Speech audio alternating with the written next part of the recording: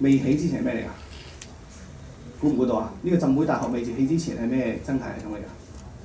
山嚟㗎嘛，上面會唔會有樹咧？有啦。咁所以我所謂土地利用嘅轉變就係人類所有嘅活動其實係將一啲生態環境，無論係濕地、林地、山地、灌木，所有呢啲咁嘅生態系統變成咩？石屎咯，係嘛？呢個最容易明㗎，就變成石屎啦。咁另外咧，我哋會直接用好多生物多樣性喎。可唔可以舉個例子？你幾時曾經直接用過生物多樣性啊？唔知啊？有冇食過魚？有冇食過魚呢個禮拜？食咩魚啊？咩魚嚟㗎？嚇？東星斑。嚇？龍脷。龍脷啊，喺邊度嚟啊？知唔知？而家地球上人食嘅魚咧，超過70%咧都係喺野外捉嘅。另外咧，大概30%度咧，所謂人工養嘅，即係喺魚排啊或者喺魚塘裏面養嘅。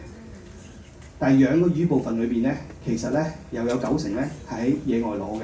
咩意思咧？就係話我喺魚塘裏邊養嘅魚咧，唔係完全我人工繁殖出嚟嘅，而係我喺個海度撈啲魚苗，韞住佢嚟養，咁佢養大佢。咁所以佢都基本上係啲生物，即係所謂野外嘅生物多樣性嚟嘅。咁呢個例子就係其實人係直接取用好多生物多樣性嘅。咁呢啲有咩問題咧？呢啲原來咧係影響緊嗰個生態環境裏邊嗰個物種嘅豐富度，即係有幾多種個種啦。有啲種會多咗，有啲種會少咗。因為咁樣佢個平均度會改變啦。咁啊 composition 都會唔同。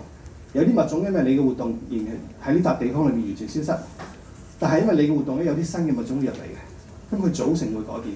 呢個改變之後咧，就影響咗地方嘅一啲生物嘅特徵，進而咧就影響呢啲所謂生態系統服務或者進程。即係一個其實透過嗰個生物鏈啊，嗰個 trophic level 咧，即係我哋一層接一層嗰個鏈嘅關係咧，去改變嘅。咁譬如呢個種叫海賊，咁佢係食海膽嘅，咁呢個地方喺俄羅斯嚟嘅。咁咧個海賊咧，佢個皮咧係好值錢嘅，咁所以啲皮草公司嘅人咧就捉佢啦，就劏咗佢，就攞個層皮嚟做皮草咯喎。所以好多人就反對用皮草啦，嚇，因為佢殺咗啲好得意嘅動物先攞到個皮草出嚟嘅，無論係狐狸啊或者係水賊都係。咁你捉喺個系統裏邊捉走晒呢個海賊之後，咁嗰個海膽會點啊？數量會多咯喎，因為冇人食佢啦嘛。咁海膽係食咩㗎？佢係食呢個海灣裏邊嘅海草 （sea grass）， 食海草。咁海草喺呢個系統裏邊，佢個角色係咩啊？trophic level 喺佢嗰個營養層裏邊，佢係咩角色啊？初級生產者啊嘛 ，primary producer。好啦，咁你突然間多咗好多海膽會食晒呢個 primary producer，咁個系統會點啊？佢 productivity 就會跌咯喎。佢 productivity 一跌之後咧，個 chain reaction 就係上層啲嘅動物，魚蝦蟹會點啊？會少咯喎，係咪啊？咁咩人會受影響啊？漁民咯，即係見唔見到個關係啊？呢個就係叫 trophic cascade 啊，即係我哋所謂叫嗰個叫嗱，佢翻譯係好衰嘅，叫營養級聯。trophic 就係嗰個營養層，一樣寫一個。trophic cascade 就話你改變咗個物種嘅組成咧，你會有個 chain reaction， 有個連鎖反應，令到整個系統有啲實質嘅轉變嘅。嗱，呢有一個例子係一個 reverse 嘅 trophic cascade。唔知你喺 Internet 喺 Facebook 有冇睇過啊？最近都好多嘅。咁呢係咩嚟㗎？咩嚟㗎？狼嚟㗎嘛。咁喺黃石公園咧，好多年咧係因為人嘅原因咧冇晒啲狼啦。咁啊後尾咧佢就深烤咧就現做啲少數嘅狼出嚟，翻轉頭。咁呢個狼咧翻咗嚟之後咧，就令到整個黃石公園咧有好大嘅轉變。呢個係同嗰個物種組成嗰個關係。有啲時間我可以睇個片，不過片咧就英文嘅，但係我可以解釋翻俾你聽。完咗我解釋翻，你即管睇睇先嚇。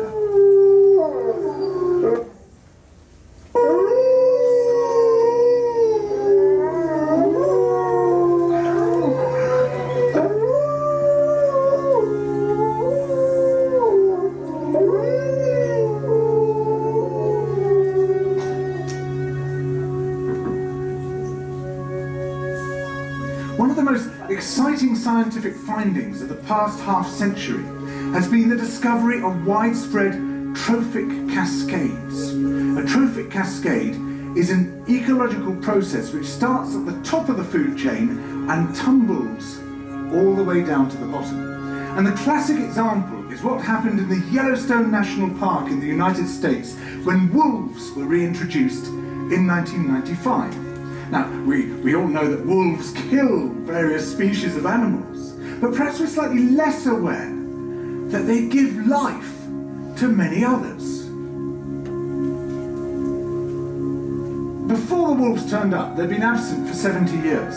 But the numbers of deer, because there was nothing to hunt them, had built up and built up in the Yellowstone Park, and despite efforts by humans to control them, they'd managed to reduce much of the vegetation there to almost nothing. They'd just grazed it away. But as soon as the wolves arrived, even though they were few in number, they started to have the most remarkable effects. First, of course, they killed some of the deer, but that wasn't the major thing. Much more significantly, they radically changed the behaviour of the deer. The deer started avoiding certain parts of the park, the places where they could be trapped most easily, particularly the valleys and the gorges. And immediately those places started to regenerate. In some areas, the height of the trees quintupled in just 6 years. Bare valley sides quickly became forests of aspen and willow and cottonwood. And as soon as that happened, the birds started moving in. The number of songbirds and migratory birds started to increase greatly. The number of beavers started to increase because beavers like to eat the trees. And beavers, like wolves, are ecosystem engineers. They create niches for other species. And the dams they built in the rivers provided habitats for otters and muskrats and ducks and fish and reptiles and amphibians. The wolves killed coyotes, and as a result of that, the number of rabbits and mice began to rise, which meant more hawks, more weasels, more foxes, more badgers. Ravens and bald eagles came down to feed on the carrion that the wolves had left. Bears fed on it too, and their population began to rise as well, partly also because there were more berries growing on the regenerating shrubs. And the bears reinforced the impact of the wolves by killing some of the calves of the deer. But here's where it gets really interesting.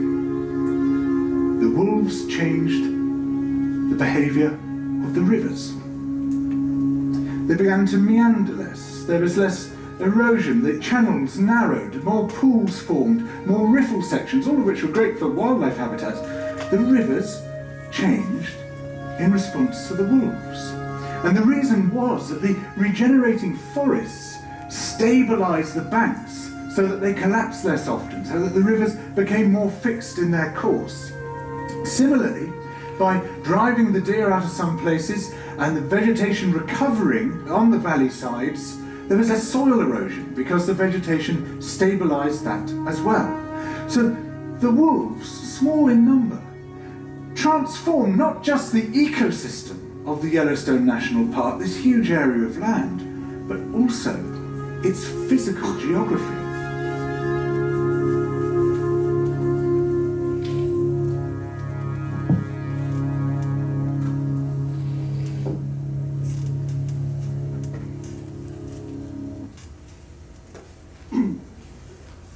因為睇完之後覺得係好 surprise 嘅，一個種佢唔單止可以影響成個生態環境裏邊唔同嘅種，佢直情影響嗰個河流嗰個 geography。即係呢套片其實講俾你知就係話嗰個物種嘅組成，你無論拎走一啲 key species 或者佢唔見咗好耐，你放翻入去咧，其實係影響嗰個生態系統裏邊嘅唔同嘅元素、唔同物種嘅數量，同一時間嗰個行為可能會轉變，最後尾就會影響到嗰個環境。咁所以翻轉頭，我一路講緊就係話，你點樣去改變嗰個物種嗰個組成咧？其實對於一啲好多重要嘅系統嘅服務啊或者 process 咧係有一個根本性嘅影響。呢、個就係保護生物多樣性嗰、主要嗰、個原因咯，得唔得啊？咁啊，你好難用逐字同人解釋嘅，不過你將條片 download 咗落個風度俾佢睇啊。有人問你嘅時候，我講笑啫。咁所以因為咁樣咧，為咗要有系統定係說服啲人去信服點解要保護生物多樣性咧？其實過去嗰10幾年咧，啲科學家咧就將生態系統嘅服務咧就有系統咁樣去拆解開嚟，都得你可以同人去講。咁裏邊包括有啲咩咧？有啲所謂支援性嘅服務啦，有啲叫物資供應嘅服務啦，有啲叫挑戰性嘅服務啦，亦都有文化服務嘅。就將生物多樣性 ecosystem level 去到物種去到基因，可以配合到去睇佢用唔同嘅服務。呢啲服務其實某一程度上都係服務緊我哋嘅。記住頭先嗰幅圖嗰個重點係最後尾翻上嚟係 support 緊人類面所有嘅活動。即係所以我話呢幅圖就係整個關於生物多樣性裏邊嘅 concept。咁啊講一兩個講少少例子啦。咁支撐性嘅服務，咁呢個人咧 Ian Wilson 好出名嘅。咁佢做螞蟻研究嘅。咁佢就話咧，如果將陸地上所有嘅無脊椎動物或者昆蟲拎走，人咧只可以生存幾個月嘅啫。呢個係佢其中一本螞蟻嘅書裏邊，佢個 preface 係頁首咁樣寫出嚟。咁你覺得佢係因為佢保護生物多樣性，所以佢嚇你哋咧，定係你覺得佢講緊係真會發生嘅？真嘅？點解？點解唔係即刻死晒，但係要等幾個月先死啊？